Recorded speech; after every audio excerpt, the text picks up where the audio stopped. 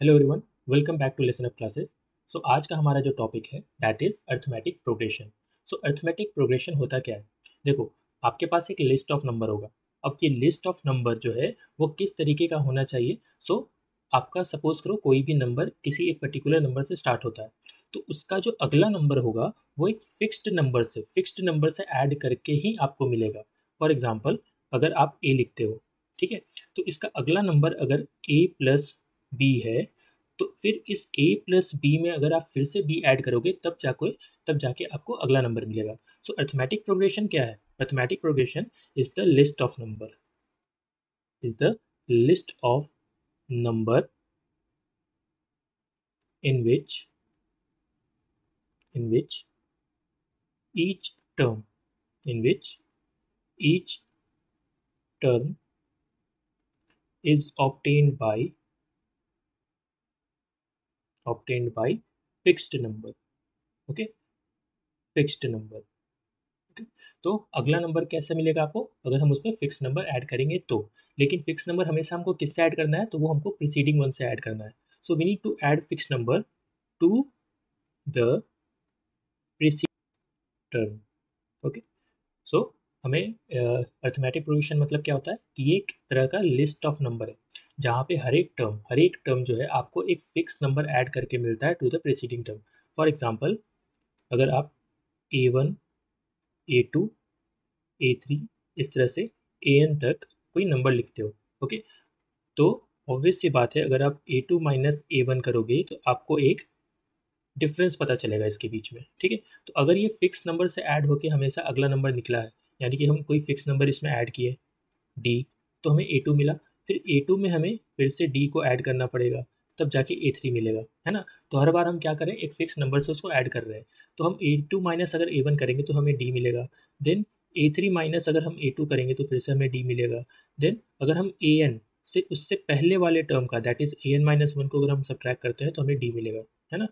सो arithmetic progression basically क्या हो गया? लिस्ट ऑफ नंबर जिसमें हम हर बार क्या कर रहे हैं, एक फिक्स नंबर से उसको ऐड कर रहे हैं। ठीक है, ओके, आई होप ये क्लियर होगा। अब देखते हैं इस फिक्स नंबर को हम लोग क्या नाम देते हैं। ओके, सो इस फिक्स नंबर को हम लोग नाम देते हैं common difference.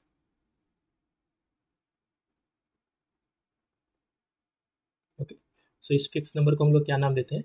Common difference. Okay, so the fix number is called common difference. इसको हम बेसिकली डी से डिनोट करेंगे। एंड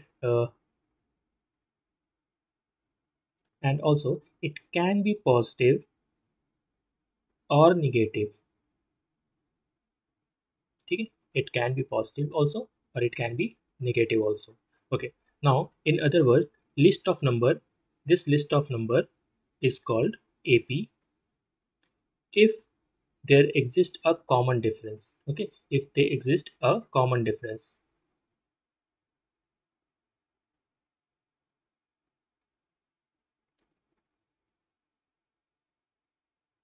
ओके, ठीक है, तो इस सीरीज को हम लोग एपी क्यों कहेंगे? क्योंकि इसके बीच में क्या है? Common difference.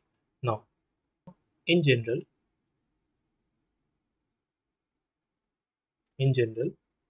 a, then a plus d, then a plus 2d, then a plus 3d, like this. Okay, so this also represent a arithmetic progression where a is the first term and d is the common difference. Okay, so ये भी एक तरह का आपका general form है arithmetic progression का। Now if if the number of terms in AP is finite, okay, so अगर number of term यहाँ पे अगर फाइनाइट है तो उसे हम क्या बोलेंगे? फाइनाइट एपी बोलेंगे, फाइनाइट अर्थमेटिक प्रोग्रेशन बोलेंगे। So this will called as a finite arithmetic progression. And if there is no finite term, like if there is no last term of an AP, then we will call that AP as infinite AP. Okay, so if there is no last term, if AP or if there is no last term, then it is called infinite AP. Okay, now let's try to solve few question. So इस question में हमें ये पता करना है कि जो series आपके सामने दिया हुआ है ये AP फॉर्म करता है या नहीं करता है। ओके, तो AP फॉर्म करने का तरीका क्या है। हम जानते हैं कि हम कोई फिक्स नंबर ऐड करते हैं तो हमको अगला नंबर मिलता है, राइट। यानी कि उन दोनों का जो डिफरेंस है वो कांस्टेंट होना चाहिए, वो एक फिक्स नंबर होना चाहिए।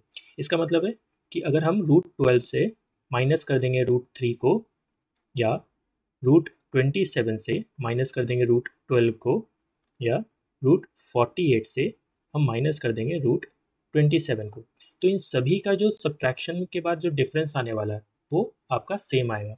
तो √12 को हम क्या लिख सकते हैं। सो √12 क्या हो सकता है, दैट इज 2 इंटू 3 माइनस √3। इसे हम लिख सकते हैं 2√3 minus √3 and this will be √3 यहाँ पे कॉमन ले लेते हैं, 2 minus 1 and this will give you √3, right. Now अगला है आपका क्वेश्चन दैट इज 27। सो 27 को हम कैसे लिखते हैं, 3 इंटू 3 माइनस 12 को हम क्या लिखेंगे, 2 इंटू 3। सो ये हो जाएगा आपका 3√3 minus 2√3। Okay, so 3√3 minus 2√3 that is √3, right. Now same 48 हम कैसे लिखेंगे, that is 2 into 2 into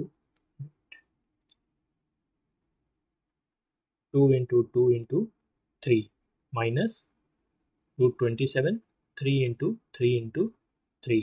so this will be 2 into 2 बाहर आ जाएगा, that is 4√3 minus 3√3, this will give you √3।